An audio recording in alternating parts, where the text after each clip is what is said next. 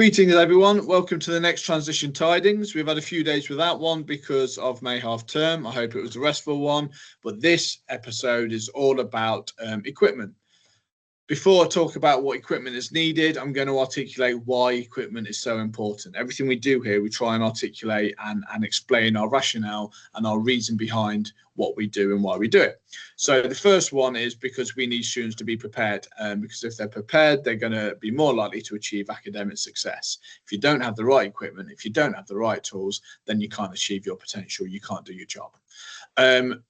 Bringing equipment in like they should do every day helps students become more organized and grow up to be have a greater sense of responsibility, and we have to foster that in all young people. I know as parents you want your young people to be responsible and organized. That's something we want and expect as well. Reduce disruption. If I had £1 for every time someone said, "Sir, can I have a pen please?" I'd be a very, very rich man.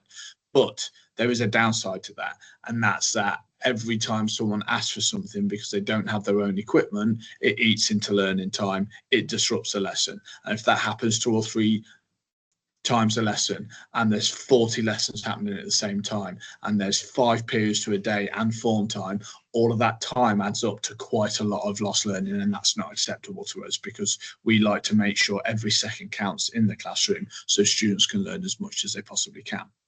From a financial point of view, it costs the school a lot, and school finances aren't in a great place across the country, and so every penny counts, and I'd rather spend what I've got on meaningful things for the students. And finally, equity and confidence. Like, everybody's expected to do this. It's not just certain students are expected, regardless of background. I don't care who we are, where we come from, we should all have the same equipment. What happens if we forget our equipment? Well, first of all, students will be asked to show their equipment when they arrive to school. And if they can't show that they've got the required equipment, they will be able to access the equipment store, providing they arrive early enough to access it before the school day starts.